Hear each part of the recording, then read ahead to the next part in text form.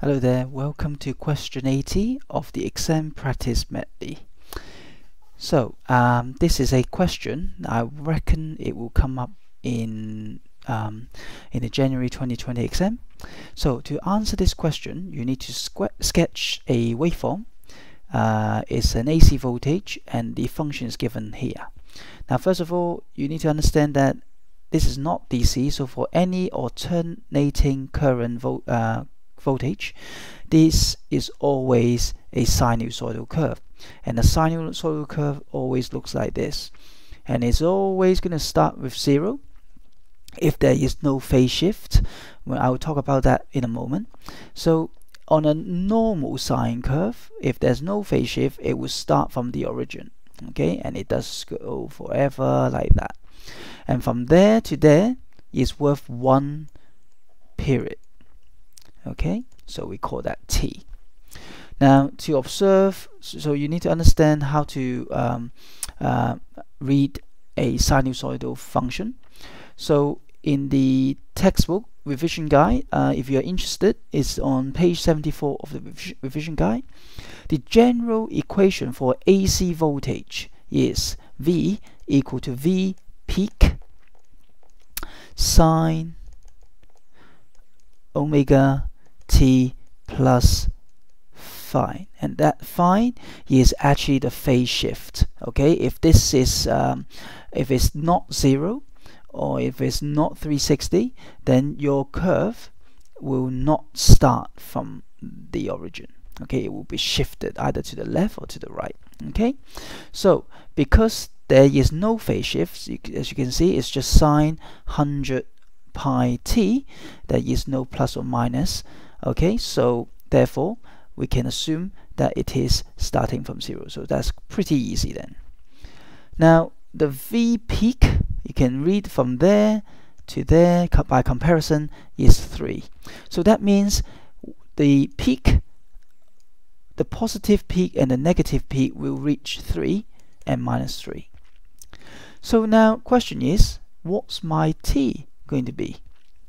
Well, if you recall by now, omega is an angular velocity, so it is equal to 2 pi f. And if you, by comparison, this omega t is basically omega is the coefficient in front of t, which is 100 pi. So I can replace omega with 100 pi and equal to 2 pi f. Now we can cancel that out pi, and so to get rid of the 2, I would divide both sides by 2,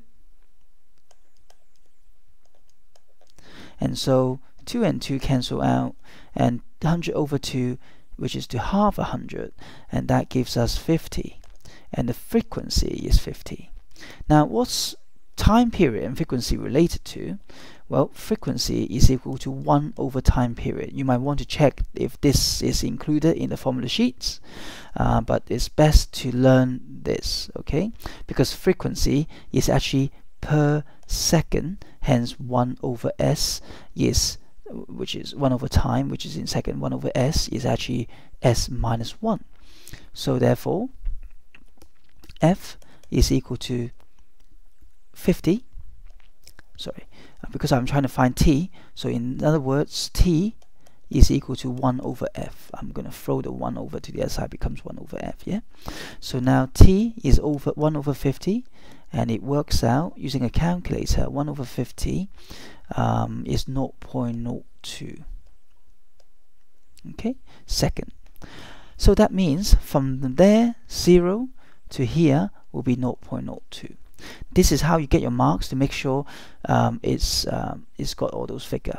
And then here will be halfway between 0.02, so this will be 0.01. And that's what you need to mark on your curve. Okay, so we're ready. So basically, to sketch this, I need to take the center position. Let's see, is there an easier way?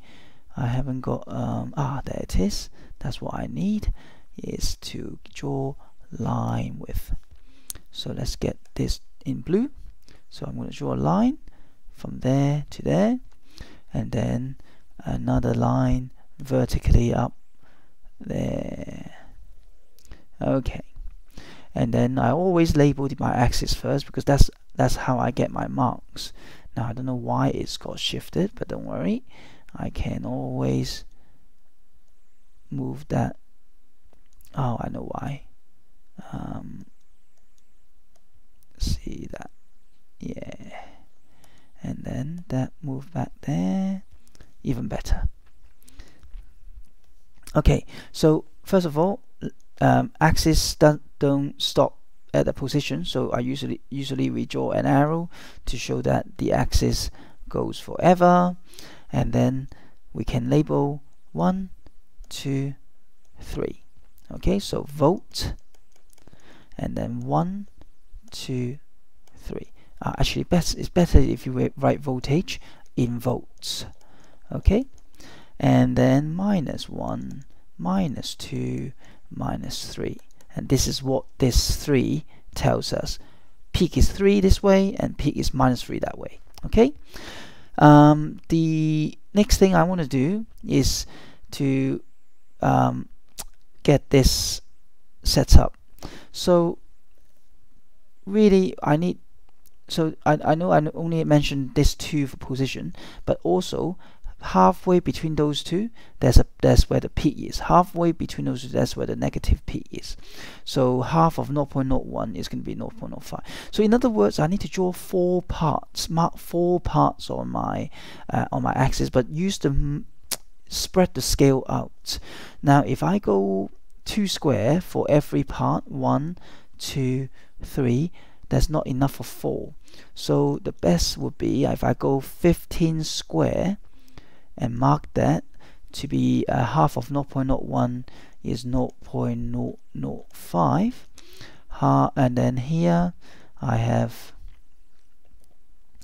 0.01, and then 0.015,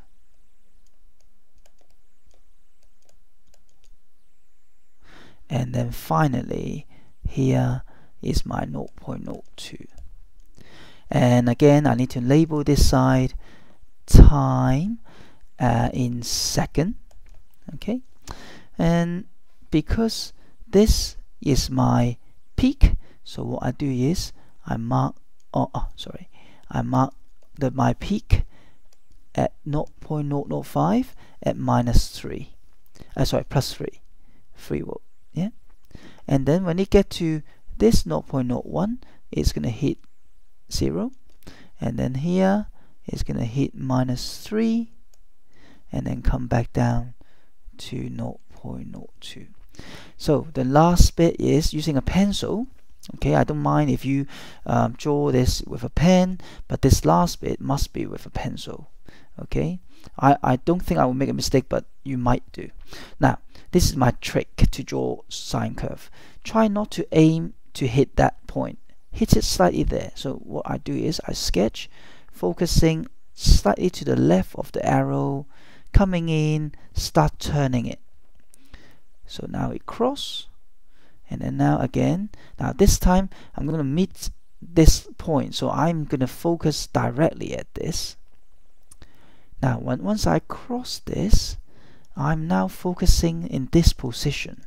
So I'm going to try and get it to this position, and then loop it round about this time, and then because I'm going to cross that, so I can now bend it and focus on reaching to 0.02, and that is how you get your full mark with all those workings showing how you find a time period.